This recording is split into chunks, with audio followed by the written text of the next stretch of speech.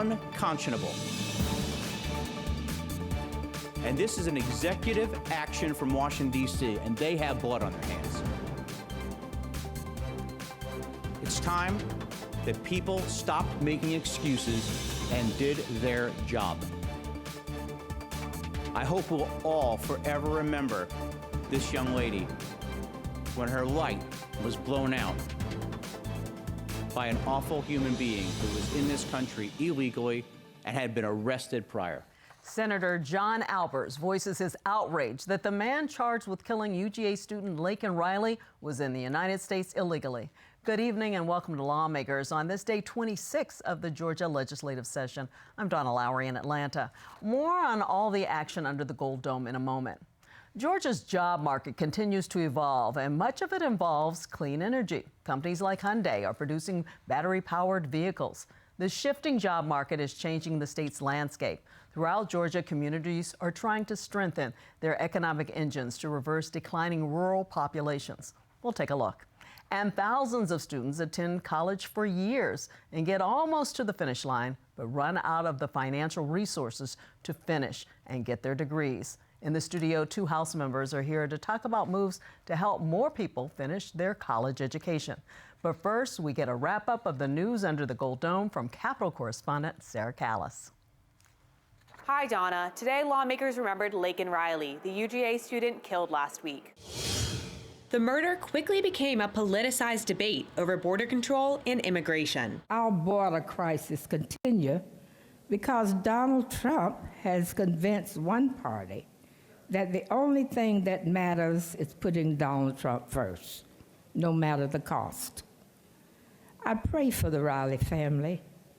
I pray that God's divine grace will guide them through the awful process of grieving a lost child. I can't begin to imagine the pain. Her murderer was in this country illegally. He was arrested and he was let go. So colleagues, will we link arms on this? Or will we hide under the desks in this chamber and in chambers all over this country because we're afraid what it might admit about what the Biden administration has done to the immigration laws in this country? And it was Hyundai Day at the Capitol, a chance for the newest car manufacturer setting up shop in the state to show off their electric vehicles. But it's crossover day that is driving many legislators to get their legislation passed in their chamber by the Thursday deadline. 18 bills and resolutions were on the Senate's rules calendar. Some of the more notable, SB 235, a bill that would create HBCU Innovation and Economic Prosperity Planning Districts, which proponents say will help the schools and the neighborhoods surrounding these schools, with opportunities for investment and improvement. The bill was passed 46-7 despite opposition from senators who graduated from the state's HBCUs. And SB 351, if the bill becomes law, parents will have to give children under 16 permissions to access certain social media accounts. It would also promote responsible digital citizenship and the safe use of social media, limit online social media access, and prohibit online bullying when using public school-issued electronic devices. Senator, isn't it true that this bill includes a number of references to parental opt-in, opt-out, to give parents as much input as possible so that some of these blanket policies don't affect their kids adversely if they do want to have special access to different platforms? Yeah, I think that's correct, Senator. At the end of the day, I mean, we're trying to empower parents to make a lot of these decisions on their own. I think we probably know better than our kids do, even though they disagree with us every day, as it relates as I did with my parents. But I think right now it's for us to have greater control over what our kids are doing and empowering households to make some of these decisions as it relates to content. The House started the day with a moment of silence by U.S. Senator Jon Ossoff for Riley and urged both chambers to take action to protect foster children in the state. He addressed calls for more security at the border. More broadly on the subject of immigration and border security, recognizing the sensitivity that a young woman has just been killed, and it's not a time for politics. We just in the Senate came quite close to enacting historic border security legislation on a bipartisan basis. politics got in the way. Representatives wrangled a measure increasing penalties for livestock theft. The bill passed 156 to 12. You're looking at supplemental income for many folks, especially north of I-20. This is a huge detriment. You're talking about people going without when they have their cattle stolen. After lunch, the House passed the amended fiscal year 2024 budget after a debate in the conference committee with the Senate this morning. The budget adds money for mental health services and building improvements. There's much to be proud of in this budget and much good that is being done with it. I urge your favorable consideration of the conference committee report, the House Bill 915. House members debated another bill that affects hunting and fishing rights. HB 1172 removes references to the public trust doctrine, which gives the state authority over all rivers and waterbeds. Supporters say it could curb trespassing. Critics say it opens the door for landowners to limit access to waterways. In everything, ladies and gentlemen, there is a business side. Who wants to charge you? Who wants to make money off of our favorite pastime, hunting and fishing? The Senate also passed the amended budget in the afternoon. Lawmakers come back to the Capitol tomorrow for another busy day on day 27. That's all for my Capitol Report. Donna, back to you. Thanks, Sarah, for that report. Today at the Capitol, as Sarah mentioned, lawmakers had the chance to see the products of one of Georgia's largest and newest employer, Hyundai. Governor Brian Kemp has championed Hyundai and the dozens of other companies as they bring tens of thousands of jobs to the state. Some of the largest economic development projects in the state's history are now underway. Our lawmakers team spent last fall visiting communities across Georgia to look at some of the transformations taking place. We began in the city of Bloomingdale in North Chatham County. When Dennis Baxter walks out of his home these days, he marvels at how his once pastoral view has dramatically changed. It was on agriculture, was a hay field, and this was a pine forest. And since time immemorial. Now he sees warehouses under construction and the roads to accommodate the trucks that will come. For Baxter and his neighbors, this is a slice of the changing landscapes happening throughout Georgia as communities try to strengthen their economic engines to reverse declining rural populations by attracting more industry and commerce. Here in Bloomingdale in North Chatham County, nearly 100 million square feet of warehouse space is popping up in a cluster of counties on Georgia's southeast coast. To the east in Bryan County, the Hyundai Motor Group Metaplan is springing to life. It's the largest economic development project in the history of Georgia at more than $7.5 billion. To the north, spanning parts of Walton and Morgan counties, the infrastructure needs are underway for the planned Rivian EV plant, scheduled to start construction next year. In Jackson County, SK Battery is expanding its lithium-ion battery manufacturing facilities. Then there's Kia in West Point, Archer Aviation in Newton County, Q-Cells in Dalton, Q-Cells in Cartersville, and Valdosta's new Walmart dairy facility expected to create 400 jobs. Those are just some of the largest projects. Between July 1st, 2022 and June 30th, 2023, total investments in facility expansions and new locations totaled more than $24 billion, resulting in 38,400 new jobs through 426 projects. All of it thanks to the state's enticing tax incentives. 82% of those new jobs and investments are going into communities outside of the 10-county Atlanta metro area. The incentive packages come through development agreements with the county where the projects are planned. With some projects, multiple counties join together to form a JDA, or Joint Development Authority. The I-16 Corridor Joint Development Authority. And what that is 4 counties have come together and kind of pool some resources together. It's Chatham, Bullock, Bryan, and Effingham counties to work together on big projects, projects of regional significance like the one you see behind us. We can pool our resources together and offer incentive package, a bigger incentive package, a more in-depth incentive package to Hyundai. Incentive packages. Why are they critical? Georgia's competing against the rest of the nation and sometimes the rest of the world to bring in jobs. Economic incentives are absolutely critical for Hyundai's decision. I think probably most companies' decisions on where to locate. And Georgia is changing. While agribusiness is still Georgia's leading industry with an annual $74 billion economic impact, growth has led to the need for more jobs.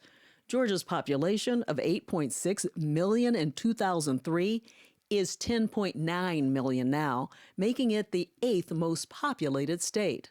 An example of change, 20 years ago, the Georgia Port Authority moved roughly 1.5 million 20-foot equivalent container units, or TEUs. As of August of this year, GPA had moved about 3.2 million. This is a project of regional significance. So significant, Georgia purchased the 3,000-acre site in Bryan County, the largest land purchase in state history, making it shovel-ready to lure a major company. In the end, Hyundai chose it for an electric vehicle complex, adding to the South Korean company's existing footprint throughout Georgia. We're going to create right here at about 8,100, 8,500 jobs at this site, plus the 28 suppliers that are coming to make all the parts and pieces for the car, from the door handles to everything. They're making it in this area. They're not shipping anything in. The Associated Press has calculated Georgia and local governments are on track to give Hyundai Motor Group $2.1 billion in tax breaks. Hyundai's commitment, in addition to jobs. There's milestones that they have to hit with workforce. They got to have so many people, and if they don't meet that, there's some clawbacks in there. Clawbacks are the state's insurance that the company will keep to its end of the deal, a deal that includes support for infrastructure like what's needed for all the workforce vehicles in and out of the plant off I-16. You can see cars continue to go by, and I mean, it's a gateway, and that's part of the incentive package. You're widening some roads, we're putting roundabouts in, and again, it is gonna create some transportation issues. People will come, I think, as far as from Dublin, you know, because think about it, in Atlanta, if you drove an hour, you may get 20 miles. Here, if you drive an hour, you're gonna get 60, 65 miles. So those people will drive to work here in these other areas and other regions, not even within the JDA counties, but other counties like Toombs County and Tattnall County. The hope is that it will attract workers from across the state, out of state, even a small revolving workforce from Hyundai's headquarters in South Korea. Hiring has begun, training is underway, but there are concerns on how and where to house all of the new workers. We're trying to figure out, you know, do you incentivize builder, you incentivize municipalities to run sewer and water somewhere? Do you incentivize the first-time home buyer? Bryan County is constructing a sewage treatment plant across I-16 from the Hyundai site. The company will treat its wastewater and then send it over here for further treatment. We're working with all the state agencies and federal agencies to make sure, I mean, it's a big thing for us in Bryan County. You know, we don't want to do anything that will hurt the water here, the local waters. So I think this water will be, you know, cleaned. Sewer, water, gas, roads, streets, facilities, parks. On the Rivian deal, final steps are still underway and groundbreaking has yet to take place. Yet the JDA that encompasses Social Circle with Walton, Newton, Morgan, and Jasper counties is well into improving infrastructure, including widening roadways. For us, it's all about recognizing that it's coming and forecasting what the possible change could be and developing a plan for how to deal with it. The planned $5 billion electric vehicle assembly plant would mark the state's second largest development behind Hyundai. It is growth that Taylor has witnessed before as city manager in both Smyrna in Cobb County and Johns Creek in Fulton County. Even without new developments, Taylor says the area has serious infrastructure needs. We still have terracotta pipes in the ground that, you know, it's one of these things that people just don't see, you know, out of sight, out of mind. But yet, these pipes collapse, they create sewer backups. To manage growth and control the momentum, we actually instituted 4 moratoriums. And the first 2 came about because our phones were ringing off the hook. We had a phone call from a developer who wanted to annex in 300 acres into the city limits for the purpose of housing and possibly strip malls and grocery stores and things like that. What is the impact it's going to have on our way of life? So they halted new housing developments to overhaul zoning codes. Next, they put a moratorium on signs. Visual clutter, billboards, things of that nature. Large signs that go up on poles that you can't remove later on. Social Circle also put a moratorium on speculative warehousing. We wanted to have industries that will actually buy utilities from us, gas, water, sewer, that we could then reinvest into our community to help protect our community further. Those actions, city leaders hope, will allow them to steer growth and help keep Social Circle livable for new and existing residents. If we're able to contain that growth on the Newton County side of Social Circle, then we can protect what's going on in our downtown. We can have the restaurants in our downtown that people want. Nobody's going to come in and bulldoze the downtown. The downtown of Social Circle is what makes the city, and that's why people want to live here. People want to live here because of the historic identity. An identity some residents think could be ruined if the Rivian plant is built. One legal challenge about the groundwater concerns by a property owner has already failed. A state administrative hearing judge ruled, quote, EPD properly reviewed the completed application. Back in Bloomingdale, Mayor Baxter says he is resigned to make the best of a bad situation. And while he says that he had hoped the area around his neighborhood would have been developed differently, I still have dreams of some nice residential subdivisions. if not here, then in other parts of his town. That story is from our Lawmakers Beyond the Dome show that we first aired last fall. We also talked to some experts about Georgia's changing economy. You can find the entire show on gpb.org.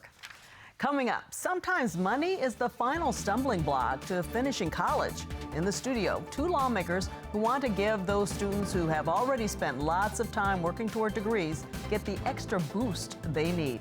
Stay with us.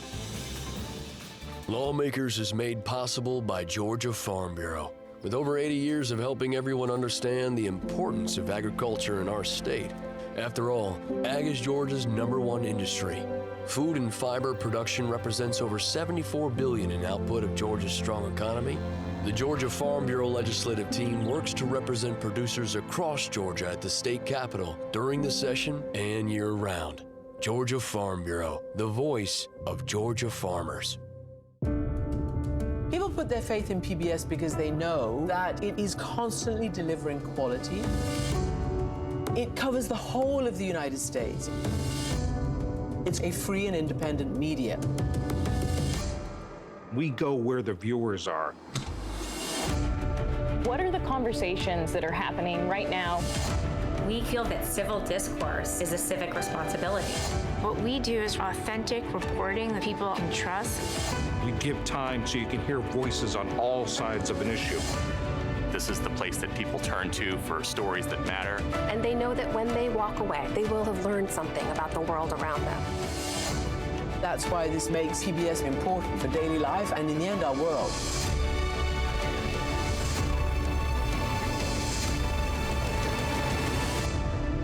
Thank you for joining us.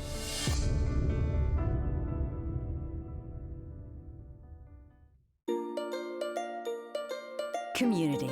Learning, working, playing, celebrating, doing life is always better together. At GPB, we aim to provide you with the tools to be able to do life together well. Our mission to educate, inform, and entertain inspires everything from our wide range of programming to our stimulating radio conversations to our fun in-person events. We've got something for everyone. Visit gpb.org/community to learn more about our upcoming events.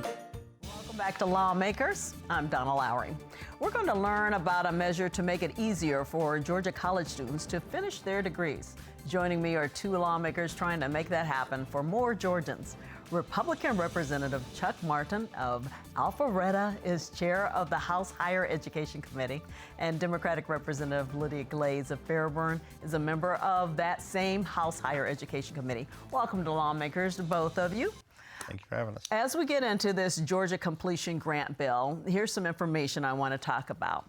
Those who receive the grant must have completed 80% of their credit requirements for graduation, and eligible students must owe their institutions an outstanding balance. So, Chairman Martin, I know that there's a history behind all of this because this is a bill that actually passed. This is law that came into law in what, 2022? 2022, yes. So, talk about why this came about and where it is now. Well, we thought we knew something. We thought there were people that were getting close to the finish line and not being able to quite get over it. And once someone leaves school, it's hard to come back.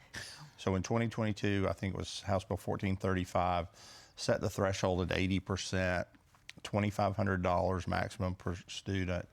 And we went forward with that. And we really got our first numbers back this past year. And we're working this year to refine it, make it more usable. And if we have time, Donna, we can share some of the success. Well, I mean, I think in a graphic you may have shown earlier, 58% of the students that avail themselves of this grant completed a degree. 42% of the 52 were bachelor's degrees. So these are people finishing a 4-year degree. 8% were associates and then more. The 42% that haven't finished doesn't mean they won't, because almost 95% of the hours being paid for by this grant, this completion grant, were passed. That's above the average for a college across the board.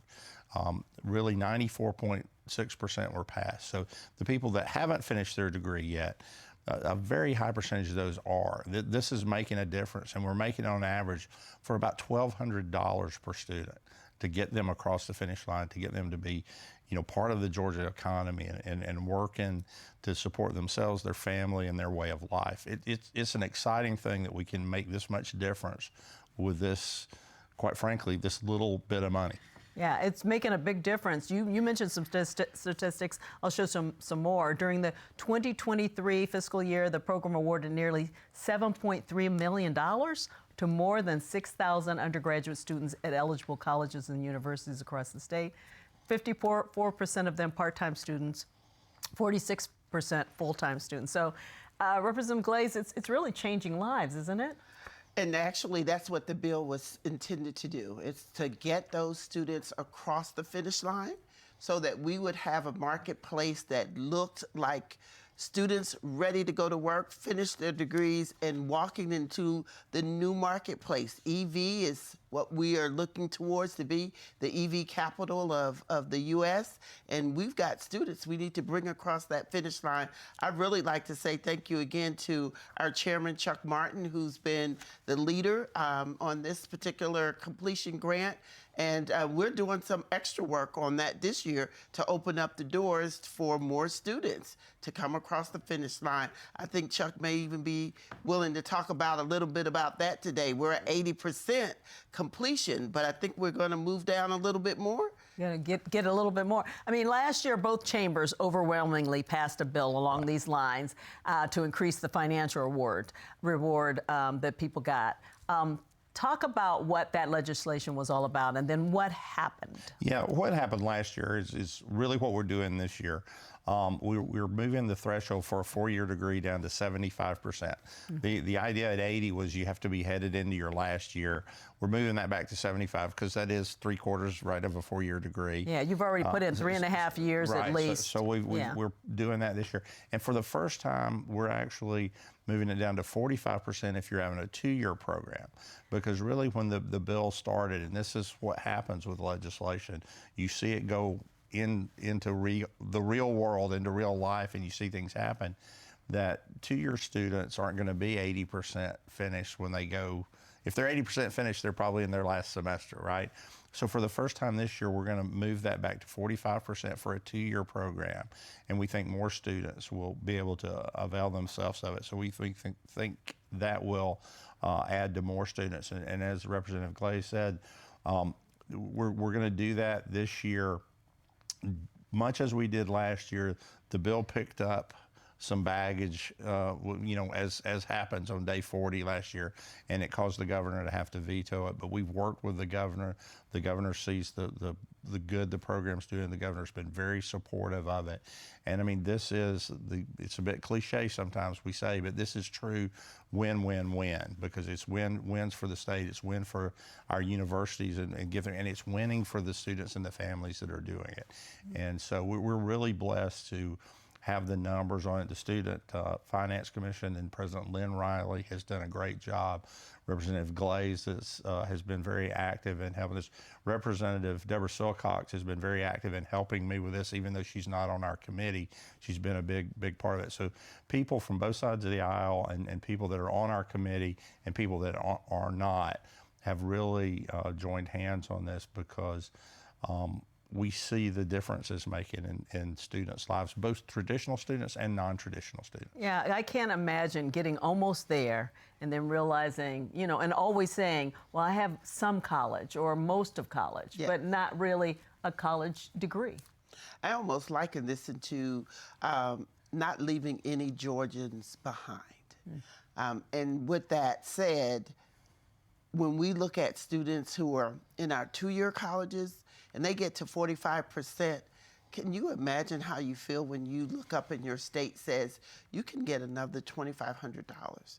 We're going to get you across that finish line. We're going to get you into the marketplace, and we're going to have an opportunity to be the breadwinner in your family and to really have the life that you've dreamed of. And I believe that this has been great bipartisanship and bicameral positions that we've taken so that we do the best for all of Georgia, all 11 million of us, in this one piece of legislation. So again, I want to thank my chairman, Chuck Martin, for leading out on this great piece of legislation.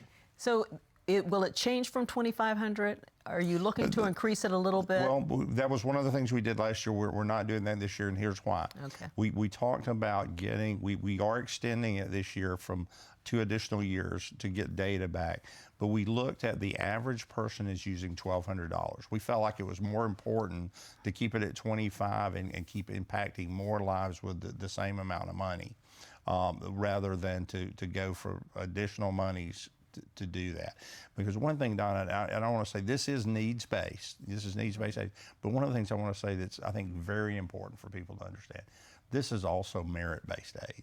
If you're 75% finished, if you're 45% finished of a 2-year degree, and you're making your grades and you're finishing things, this may be needs-based, but it is very meritorious that you have put in the work to do that. In many cases, these are folks that are working their way through school.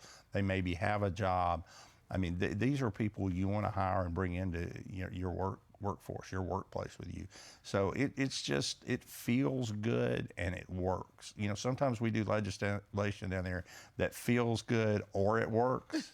This feels good and it works. And I'm thankful for the students that took advantage of it this first year and made it work, because it had a sunset date. And if they hadn't applied themselves and hadn't passed 94.6% of the classes and 58% of the degrees, then there would have been questions about should we continue. So I'm really proud of the students and the colleges and the university system, both in TCSG and our private partners, that have made this work, because they've been the pioneers to do it, and it'll be there for people in years to come. So there is a fiscal note for it that goes along with this bill. That is. We've budgeted $10 million this year. We had $10 million last year, and I would hope as we go into the next big budget, there is currently $10 million in the budget to do that again. Yeah.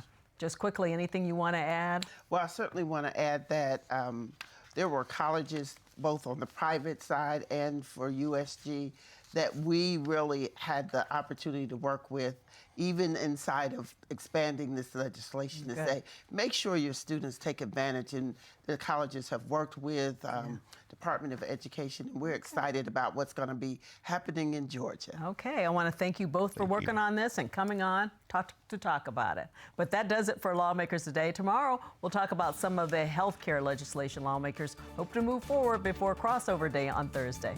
Have a good night.